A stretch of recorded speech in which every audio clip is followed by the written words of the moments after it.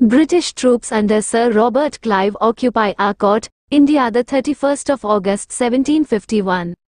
The occupation of Arcot by British troops under Sir Robert Clive was a decisive event in the Second Carnatic War, a conflict between the British and the French East India Companies for influence and control over the Indian subcontinent. The war was fought mainly in the Carnatic region, which was the coastal area of present-day Tamil Nadu and Andhra Pradesh.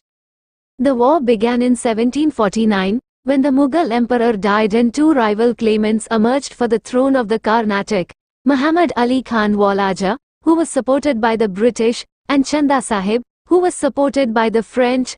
Chanda Sahib also had an alliance with the Nizam of Hyderabad, who ruled over most of the Deccan plateau. In 1751, Chanda Sahib and his French allies laid siege to Trichinopoly, now Tiruchirappalli, where Muhammad Ali Khan Wallajah had taken refuge. The British forces in Madras, now Chennai, were too weak to relieve the siege, and their governor, Thomas Saunders, was considering surrendering Trichinopoly to the French.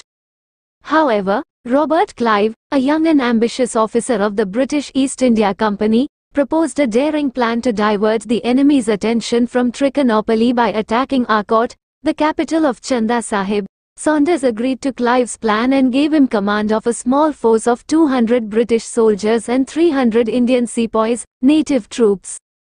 Clive marched towards Arcot on the 26th of August 1751 and reached there on the 31st of August. He found that the garrison of Arcot had fled in panic, leaving behind weapons and ammunition.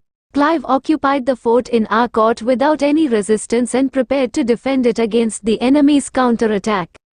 Soon, Chanda Sahib sent his son Raza Sahib with a large army of 4,000 Indian soldiers, 300 sepoys and 120 French soldiers to recapture Arcot.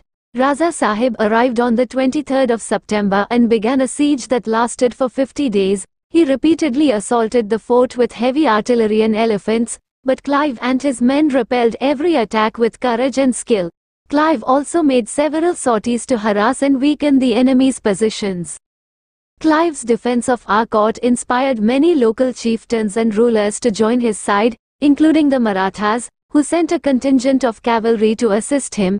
The siege was finally lifted on the 14th of November, when Raza Sahib received news that a British relief force was approaching from Madras. He decided to retreat with his army, leaving behind many guns and prisoners. The occupation of Arcot by Clive was a brilliant military feat that changed the course of the war in favor of the British. It boosted their morale and reputation among the Indians, while demoralizing and discrediting their French rivals. It also enabled Muhammad Ali Khan Wallajah to break out of Trichinopoly and regain his authority as the Nawab of Carnatic.